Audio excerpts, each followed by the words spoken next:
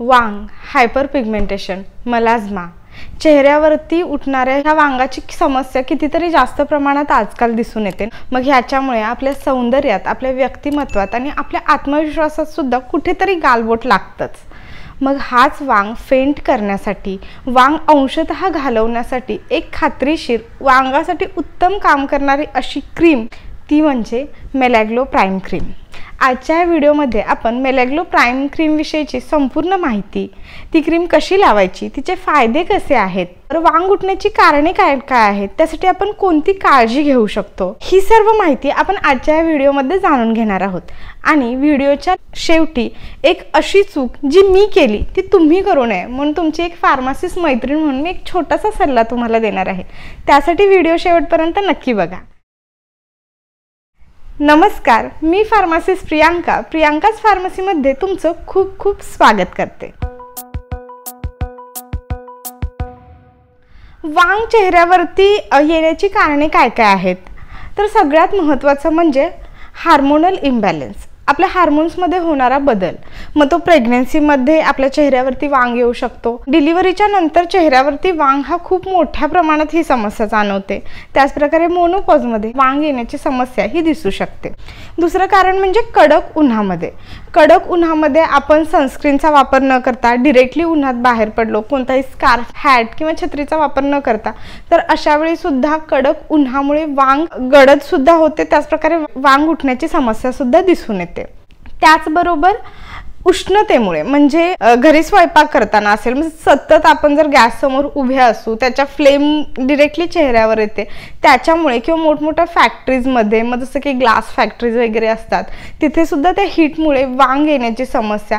त्याचबरोबर औषधांची रिॲक्शन, जसं की एखादी कॉस्मेटिक क्रीम आपण वापरत असू आणि ती क्रीम सूट नाही झाली, त्याची रिॲक्शन आल्यामुळे, त्याचप्रकारे गर्भनिरोधक गोळ्यांचा वापर, मलेरियामध्ये ज्या अँटी मलेरियल मेडिसिन्स असतात त्या घेतल्यामुळे आणि अँटी डिप्रेसंट मेडिसिन्समध्ये सुद्धा वांग येण्याची शक्यता ही असते। वांगासाठी खूप छान उत्तमरित्या काम करणारी क्रीम म्हणजे मेलॅग्लो प्राइम क्रीम। मेलॅग्लो प्राइम क्रीममधील मूळ घटक आहेत अझिलिक ॲसिड, जे पिंपल्स कमी करण्यासाठी, पिंपल्सचे डाग, त्या पिंपल्समुळे येणारे इन्फ्लमेशन आणि मग जे काळसरपणा आहे जो वांग आहे तो फेड करण्यासाठी खूप मदत करते। कोजिक ॲसिड, कोजिक ॲसिड ही मेलॅनिनची निर्मिती थांबवते आणि त्याच्यामुळे वांग कमी यायला खूप मदत होते। त्याचप्रकारे आपल्या स्किनचा टोन आहे तो इम्प्रूव्ह होतो। ग्लायकोलिक ॲसिड, ग्लायकोलिक ॲसिड हे खूप छान असं एक्सफोलिएटर आहे, जे आपली वरची ती लेअर असते ती हलकेच काढते आणि त्याच्यामुळे वांग कमी येण्यासाठी आणि स्किनचा कलर असतो तो इम्प्रूव्ह होण्यासाठी मदत करते। त्यासोबत नायासिनामाइड, नायासिनामाइड हे स्किनचं हायड्रेशन, आर्द्रता टिकवून ठेवते, पिंपल्समुळे येणारे इन्फ्लमेशन कमी करतं, त्याचबरोबर स्किनची पोत सुधारते, टेक्स्चर खूप छान होतं।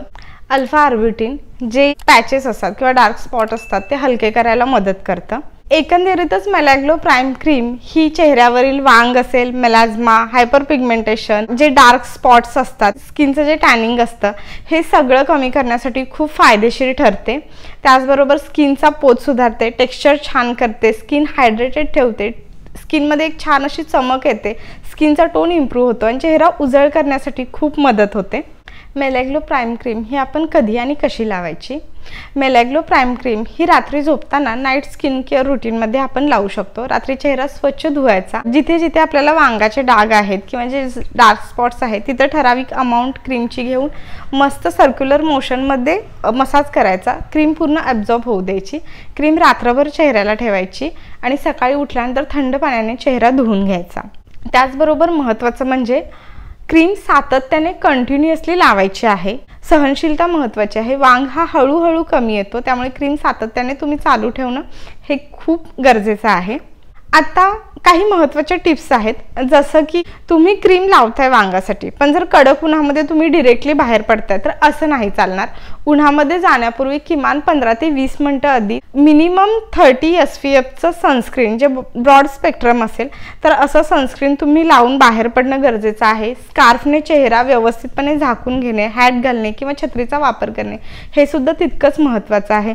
मी सांगितल्याप्रमाणे जर गॅसची फ्लेम तोंडावर येते, आपण सतत त्या उष्णतेच्या संपर्कात असू, तर अशा वेळी सुद्धा तुमच्या चेहऱ्यावरती तुम्ही सनस्क्रीन लावणं तितकंच महत्त्वाचं आहे। त्याचबरोबर प्रेग्नेन्सीमध्ये जेव्हा आपण एखादी क्रीम वापरतो तेव्हा सुद्धा डॉक्टरांच्या सल्ल्यानेच मग तुम्ही कोणतीही क्रीम वापरायची आहे। आणि जर वांग खूप जास्त असेल तर अशा वेळी तुमच्या डर्मॅटोलॉजिस्टचा सल्ला घेऊन तुम्ही केमिकल पिलिंग करू शकता। त्याचा खूप छान असा फायदा चेहऱ्यावर दिसून येतो, कारण पिलिंगने जास्त फास्ट रिकव्हरी व्हायला मदत होते। पण पिलिंग पूर्णतः डर्मॅटोलॉजिस्टच्या सल्ल्यानेच तुम्ही केमिकल पिलिंग करायचं आहे। बरं, ह्याचबरोबर आपण काही असे घरगुती उपाय आहे का जे करू शकतो? तर जायफळ दुधामध्ये उगाळून सकाळी चेहऱ्याला लावल्याने सुद्धा खूप छान असा फरक दिसून येतो। त्याचबरोबर कोरफड, बटाट्याचा रस, काकडीचा रस चेहऱ्याला लावल्याने सुद्धा खूप छान परिणाम दिसून येतो। आणि रात्री झोपताना तुम्ही मोहरीचं तेल सुद्धा चेहऱ्याला मसाज करू शकतात। आता मी सांगणार आहे ते म्हणजे सगळ्यात महत्त्वाचं, तुमची एक फार्मासिस्ट मैत्रीण म्हणून तुम्हाला एक सल्ला। खूपदा काय होतं, आफ्टर डिलिव्हरी मलाज्मा किंवा प्रेग्नेन्सीमध्ये वांग हे खूप होतं। मग अशा वेळी कसं होतं, आपल्याकडे एक आहे ना की डिलिव्हरी झाल्यानंतर ती बाळतीन अशी खूप छान दिसते, तिचा कलर टोन खूप छान होतो। काही जणांमध्ये असं नाही होत, खूप हार्मोन्सची उलथापालथ झालेली असते शरीरामध्ये, आपण एका छान अशा बाळाला जन्म दिलेला असतो त्याच्यामुळे। मग अशा वेळी आपण एक सामाजिक प्रेशरच्या खाली कुणीतरी एखादी क्रीम सजेस्ट केली म्हणून ती क्रीम चेहऱ्याला तुम्ही लावू नका, किंवा असं डॉक्टरांचा सल्ला घेतल्याशिवाय तुम्ही वापरू नका, कारण प्रत्येकाची त्वचेची पोत वेगळी असते, त्याची त्वचा वेगळ्या प्रकारची असते, आपली त्वचा वेगळी असते। हे अननोन क्रीम्स असतात, ते आपल्याला माहिती नसतं, मग ते हर्बल किंवा आयुर्वेदिक चांगलं आहे अशा नावाखाली खपवली जाते। त्याच्यामध्ये खूप प्रमाणात स्टेरॉइड असतं आणि त्याचे खूपदा उलटे इफेक्ट होतात। सुरुवातीला एक महिनाभर तुम्हाला असंही वाटेल की स्किन छान झाली, एकदम डाग वगैरे कमी आलेत, पण नंतर जी स्किनची वाट लागते, लिटरली माझ्या बाबतीत तसं झालं, पूर्ण स्किन खराब होते। त्यामुळं कधीही असं अननोन प्रोडक्ट वापरू नका।